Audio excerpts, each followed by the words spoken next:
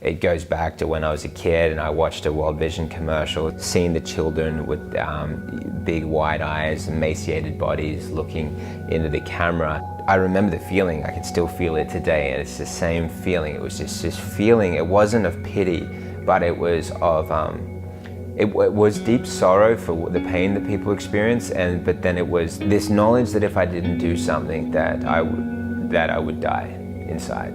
That a part of me would be destroyed. And so it was this propulsion, right? So it was the propulsion to do something about something. And so then, so my means to my end right then was just learning how to make money when I was 6. So I was delivering newspapers so I could make enough money to sponsor a child, because my mum was smart enough to realize that if I passed the responsibility to her, then I would just think that's how you live life. You get somebody else to do something that you feel like is meaningful. But I knew that I had to do something. If that cause, if someone was to be helped, that if it was to be, it was up to me. So then when I went to Tanzania and Kenya, then I got like a little mini DV video camera with a flip out screen. My dad got it for me, and I filmed out there and filmed these stories for me it was just like a montage, a travel video, like showing this, but doing as best as what I could to tell these stories of these people. And it was even just taking photos and asking questions. I remember when I asked a 14-year-old whose parents had died of AIDS, what do you want to be when you grow up? And she said, a doctor. And then for me, that just had such a profound effect on my life. Well, why would she want to be a doctor? Because she wanted to help her parents before they died, and she wants to help the other people in the village. And this child, it doesn't even have an education. She can't even go to school because she's been abandoned. I just remember these stories having such an impact, and just knowing that this was a total injustice unless the story was told. But if the story could be told, then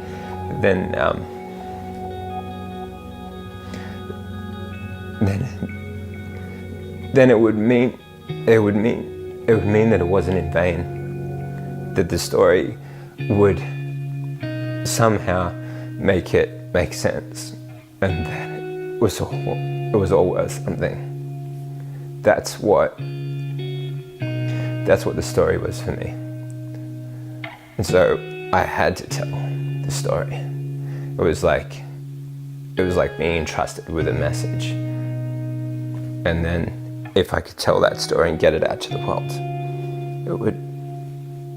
it would mean that it wasn't worthless. It didn't just happen.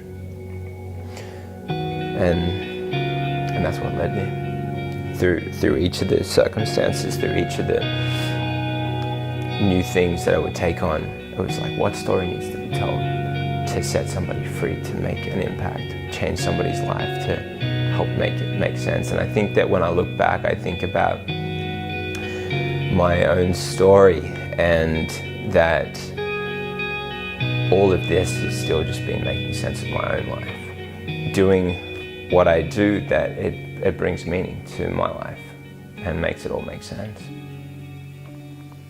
I've been able to create films on subjects that are very relevant to people today. Cancer, autoimmune disease like arthritis, lupus, Crohn's, colitis, neurodegenerative diseases, Alzheimer's, dementia, and then a broad other spectrum of ailments and challenges that we all face in general health and wellness. And these films that I've created over the last few years have been able to reach in excess of 20 million people. Some of these being my own projects that I've founded, and other ones that I've been working for with other companies, helping to promote their message because I believe in it. And I've had and been able to witness thousands of people report back and share the transformations that have happened in their lives. People that were given terminal diagnoses that have said that they've used the information and they're alive past the diagnosis, and they've been able to improve their health, turn around their lives, have the experiences that they long to have with their family. And it's just been super rewarding. And for me, I think about all the people and I think about the masses of people, but for me, it's the one individual. It's the person that it made a difference for them. And that's why I created this. And if it can reach more people and give that transformation to more people, that just fuels me all the more. I'm here to be Jonathan Otto. That's it. Nothing more, nothing less. Just what God has made me to be, and that's enough. And just hopefully that'll be what somebody needs at some point in their life. And that's enough for me.